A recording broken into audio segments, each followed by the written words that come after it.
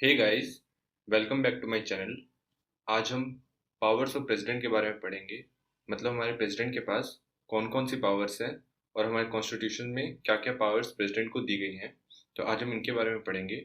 So let's start the topic. तो आज हम इस टॉपिक को स्टार्ट करने वाले हैं। So let's start. तो बेसिकली प्रेसिडेंट के पास 5 टाइप की पावर्स हैं। मैं लिख देता हूँ पहले एक बार सारी पावर्स उनकी 1 2 3 4 and 5। First is executive power. First is executive power. Second is legislative power. Third is financial power. Fourth is judicial power. And fifth is diplomatic power.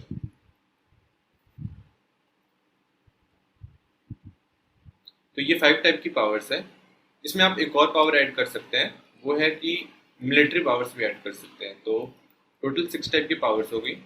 तो हम एक एक करके समझते हैं कि एग्जीक्यूटिव पावर क्या होता है, और इससे डायरेक्ट प्रीलिम्स में क्वेश्चन आ सकता है। कोई भी गवर्नमेंट एग्जाम में क्वेश्चन आ सकता है कि इस टाइप की पावर को कौन से क्राइटेरिया में आप डालो। एग्जीक्यूटिव पावर है, उसकी लेजिस्लेटिव पावर है, फाइनेंशियल पावर क्या है, या सीधा आपसे फाइनेंशियल पावर के बारे में पूछ लिया या लेजिस्लेटिव पावर के बारे में पूछ लिया प्रेसिडेंट की, तो आपको समझाना होगा।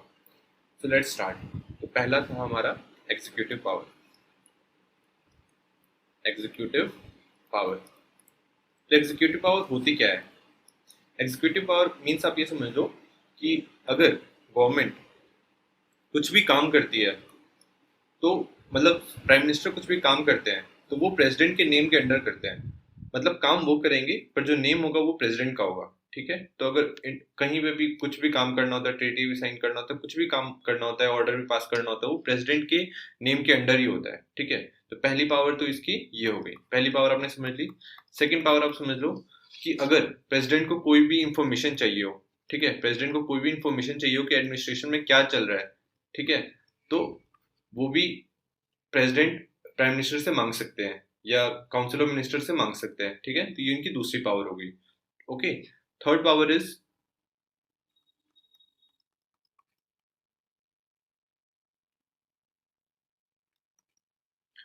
थर्ड पावर है power of appointment. Power of appointment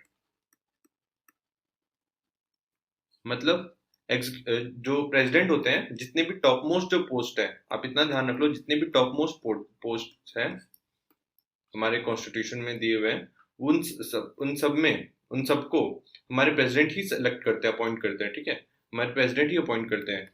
तो कौन किस किस को अपॉइंट करते हैं, पहले हम ये देख लेते हैं किस किस को अपॉइंट करते हैं। हम ये देख लेते हैं। तो फर्स्ट इज पीएम। पीएम को अपॉइंट करते हैं, आपको पता होगा, जो सबसे लार्जेस्ट पार्टी होती है, जो जीती होती है, उसको उसमें से कोई कैंडिडेट आके पीएम बनता है। ठीक है, फिर यूनियन काउंसिल ऑफ मिनिस्टर्स को ये चूज करते हैं। प्राइम मिनिस्टर उनको एडवाइस करते हैं, उसी के बेसिस पे union of council of ministers को भी हमारे प्रेसिडेंट ही चूज करते हैं। Second is attorney general of India. Attorney general कौन है? जो हमारे गवर्नमेंट का पक्ष सुप्रीम कोर्ट या हाई कोर्ट कहीं पे भी रखेगा, तो वो अटॉर्नी जनरल हो गया। ठीक है, तो ये गवर्नमेंट का एडवोकेट है।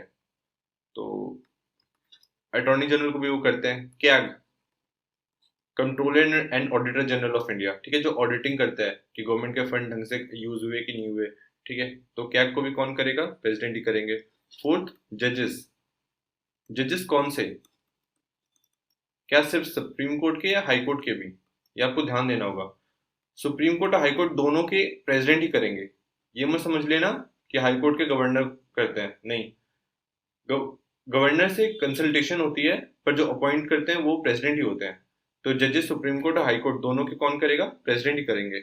ठीक है, फिफ्थ इज गवर्नर्स को भी कौन करता है? प्रेसिडेंट ही करते हैं। ओके, तो ये 5 चीज हो गई। सिक्स आप ले लो यूपीएससी। यूपीएससी जिसकी अब समझ लो आप तैयारी कर रहे हो, यूपीएससी की तैयारी कर रहे हो, तो उसके लिए बता रहा हूँ मैं। जिसके चेयरमैन होते हैं, चेयरमैन और मेंबर्स, इसको भी कौन अपॉइंट करता है? प्रेसिडेंट अपॉइंट करता है। समझ लो कितना इंपॉर्टेंट है ये। फिर chief election commissioners plus chief election commissioner plus election commissioners, मतलब कितने होते हैं? एक तो चीफ होता है और 2 इलेक्शन कमिश्नर्स होते हैं। ठीक है, तो इन इन तीनों को भी कौन सिलेक्ट करता है, कौन अपॉइंट करता है? वो प्रेसिडेंट ही अपॉइंट करते हैं। फिर special officer 4, for linguistic minorities, जो लिंग्विस्टिक माइनॉरिटीज हैं उनके भी ऑफिसर को कौन चूज करता है? वो हमारे प्रेसिडेंट ही करते हैं। फिर special officer for SC and ST, इसको भी कौन करेगा? ये हमारे प्रेसिडेंट करेंगे। जो जितनी भी टॉप मोस्ट जो पोस्ट है ना, उसको आप समझ लो हमारे प्रेसिडेंट करते हैं। ठीक है, इस चीज को आपको ध्यान रखना है। तो इतना आपको ध्यान रहेगा ना कि प्रेसिडेंट इनको अपॉइंट करते हैं। अब रिमूव किस किस को कर सकते हैं प्रेसिडेंट? ठीक है, तो पहले तो अटॉर्नी जनरल कौन रिमूव करेगा? प्रेसिडेंट ही करेंगे।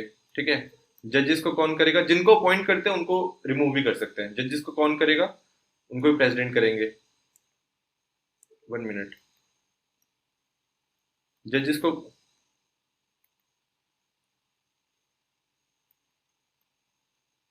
जजेस हो गया, कैग हो गया, सबको हमारे प्रेसिडेंट ही रिमूव करते हैं।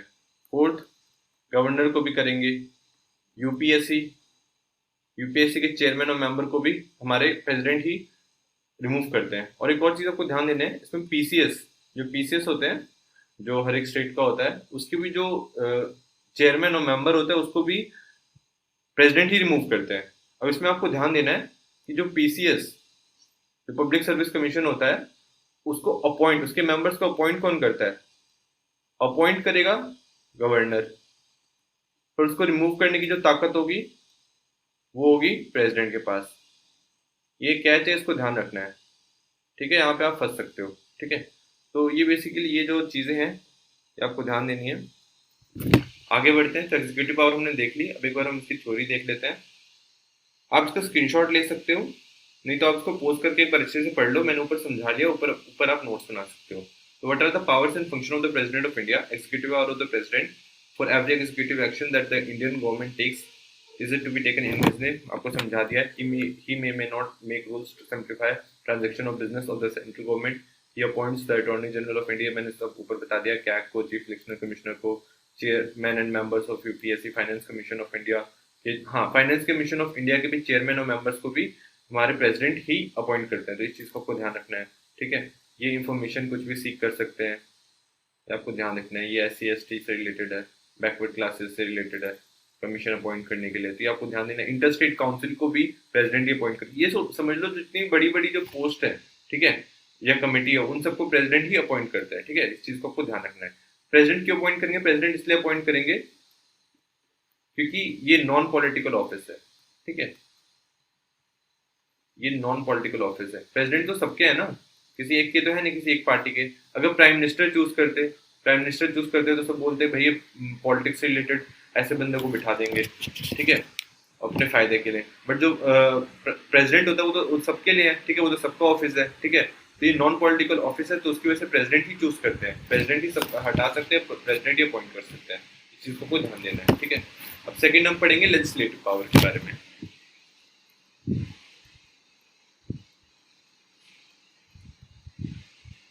लेजिस्लेटिव पावर में सबसे पहले तो आप ऑर्डिनेंस मेकिंग पावर देख लो। ऑर्डिनेंस मेकिंग पावर, ठीक है, ऑर्डिनेंस मेकिंग पावर क्या? ऑर्डिनेंस क्या होता है?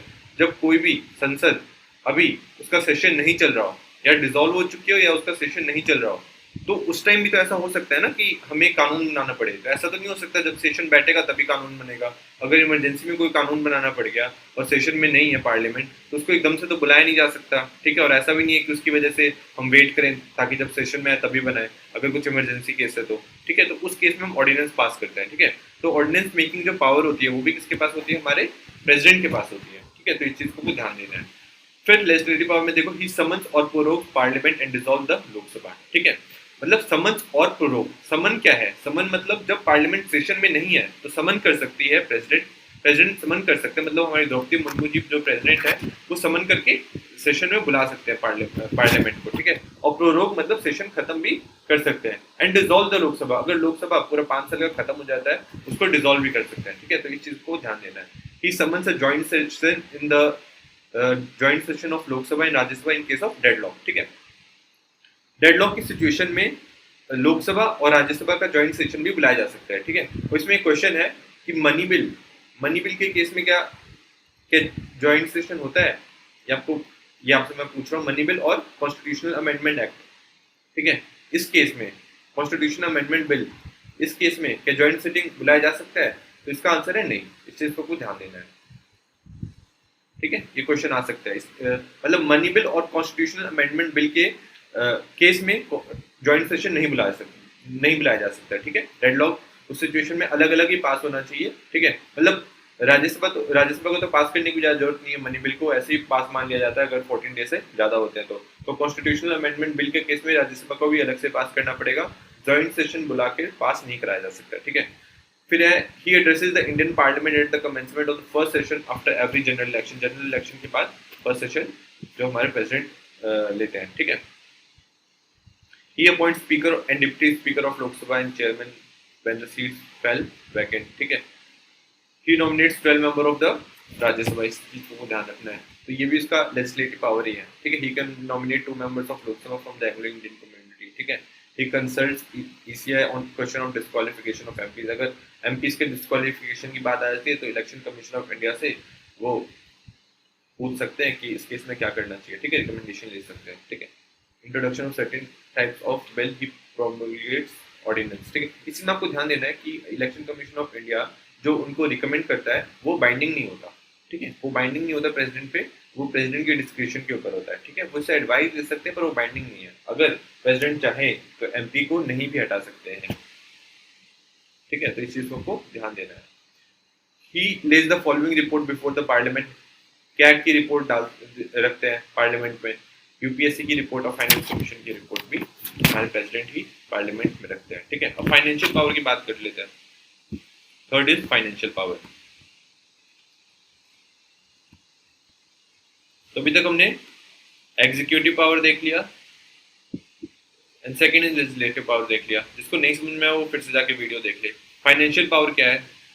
मनी बिल हमेशा इंट्रोड्यूस करने से पहले ही प्रेसिडेंट का रिकमेंडेशन जरूरी है। ठीक है, इस चीज को आप ध्यान दे लो। प्रेसिडेंट हमेशा रिकमेंडेशन दे ही देते हैं। और दूसरी चीज, एक और चीज आपको ध्यान देना है, मनी बिल को प्रेसिडेंट कभी भी रोक नहीं सकते। क्यों नहीं रोक सकते? क्योंकि उन्होंने ही तो रिकमेंडेशन दिया था ना लाने के लिए, तो वो क्यों रोकेंगे? तो इसलिए प्रेसिडेंट हम कभी भी मनी बिल को रोक नहीं सकते। ठीक है, उस पर वीटो नहीं यूज कर सकते।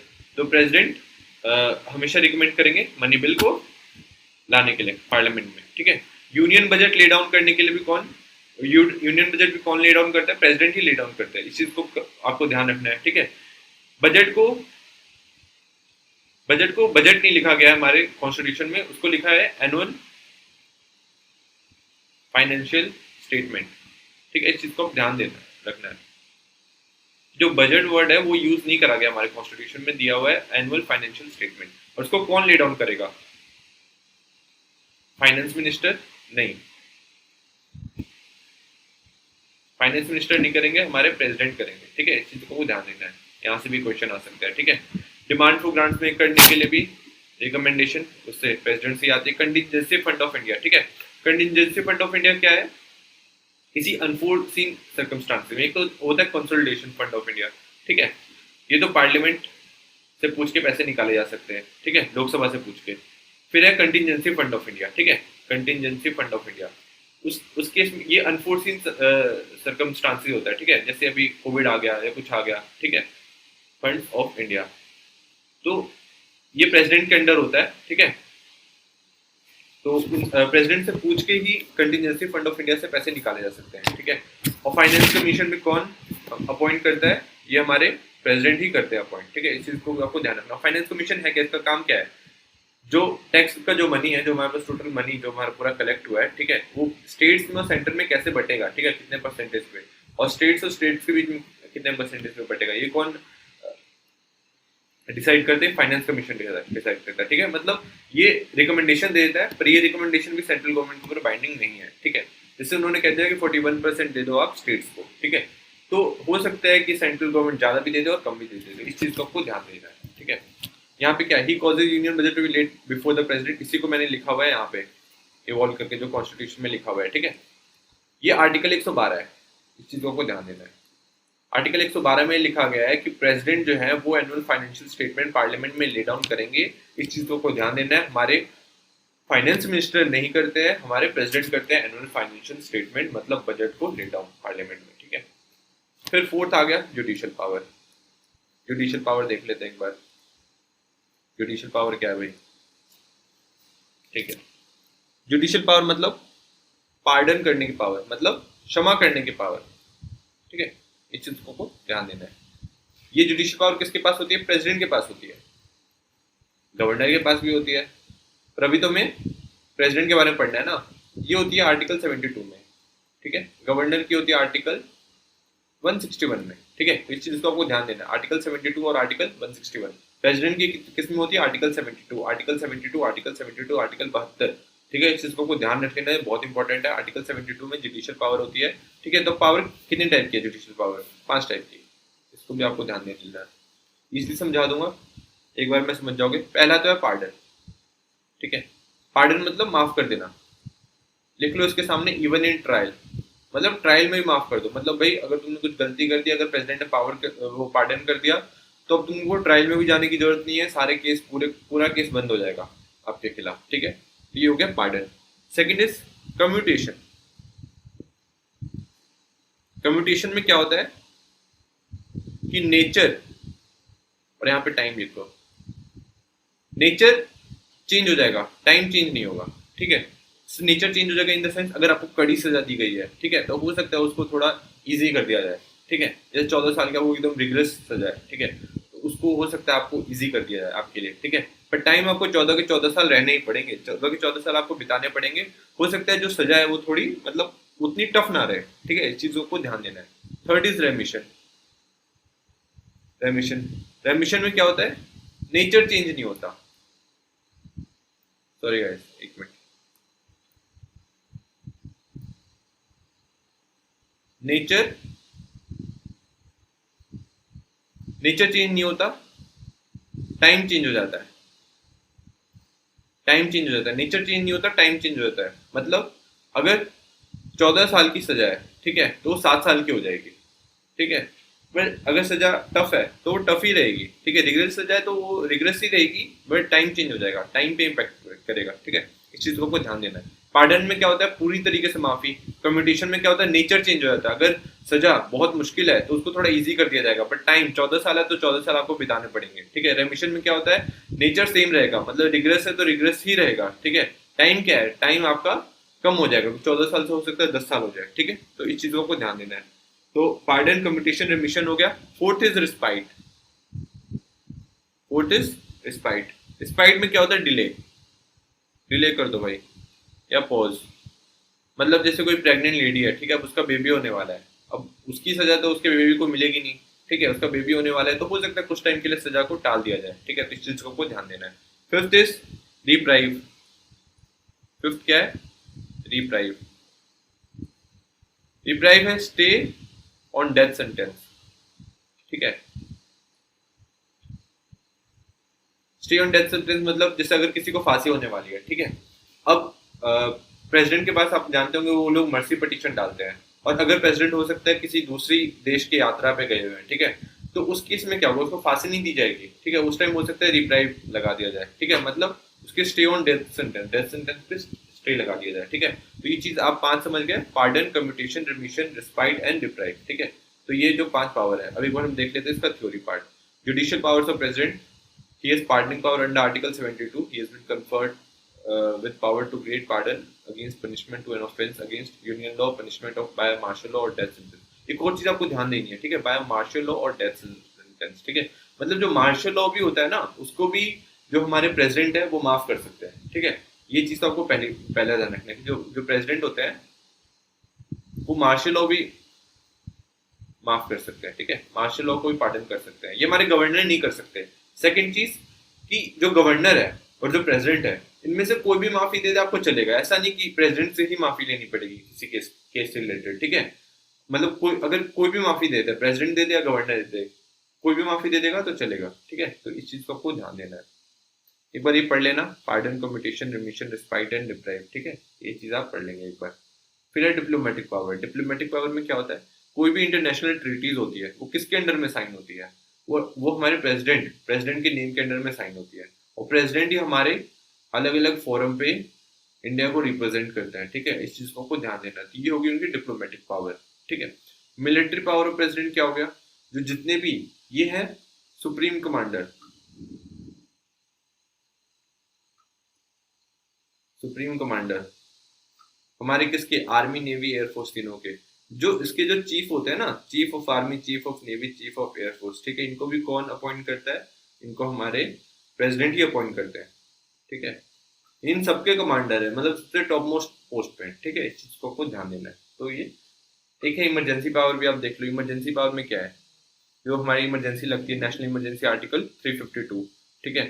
प्रेसिडेंट रूल आर्टिकल 356, ठीक है, इस चीज को ध्यान देना, article 352, 356 and financial emergency article 360, ये भी 360, ये भी कौन लगाता है, ये भी हमारे प्रेसिडेंट ही लगाते हैं, ठीक है।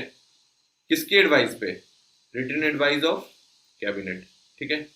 हटेगा कैसे, प्रेसिडेंट ही हटाएंगे, किसके एडवाइस पे, कैबिनेट के एडवाइस पे, या 1/10 ऑफ द लोकसभा मेंबर, ठीक है। ये भी है एक चीज, पहले ऐसा नहीं था, ये 44th कॉन्स्टिट्यूशनल अमेंडमेंट एक्ट के तहत हुआ है। पहले तक कैबिनेट के एडवाइस पे हो जाता था और कैबिनेट के एडवाइस पे ही हटता था। अब है कि कैबिनेट के एडवाइस पे लगेगा, उसके एडवाइस पे हटेगा भी, बट अगर 1/10 ऑफ लोकसभा मेंबर, ठीक है, प्रेसिडेंट को लिखे, ठीक है, तो भी सेशन को बुलाया जा सकता है, और उस सेशन में अगर सिंपल मेजोरिटी से भी पास हो जाता है कि इमरजेंसी हटना चाहिए, तो इमरजेंसी को हटा दिया जाएगा। तो आज का टॉपिक यही था। तो आप एक बार फिर से पूरे वीडियो को देख लेना जिसको समझना है, और जिसको भी किसी पॉइंट में अगर कुछ भी कंफ्यूजन है तो कमेंट बॉक्स में कमेंट कर सकता है। जब तक के लिए आप मेरे वीडियो को लाइक और सब्सक्राइब कर दो, और आगे भी रोज ऐसी वीडियोस आती रहेंगी। अब मैं रेगुलर रहूंगा वीडियोस के लिए, और 2 से 3 महीने के अंदर मैं आपका पूरा जो सिलेबस होगा प्रीलिम्स का, ये इसका पॉलिटी का, वो मैं कंप्लीट करा दूंगा आपको अपनी तरफ से। और हम लोग फिर बीच में अगर क्लासेस ऐसी अच्छे से चलती रही तो फिर बीच में हम पॉलिटिक्स से रिलेटेड जो करंट अफेयर्स है वो भी उठाएंगे, ठीक है। और उसको एक एक करके मैं आपको सारे करंट अफेयर्स समझा दूंगा, ताकि प्रीलिम्स में आपको कोई भी दिक्कत ना आए। Thank you so much.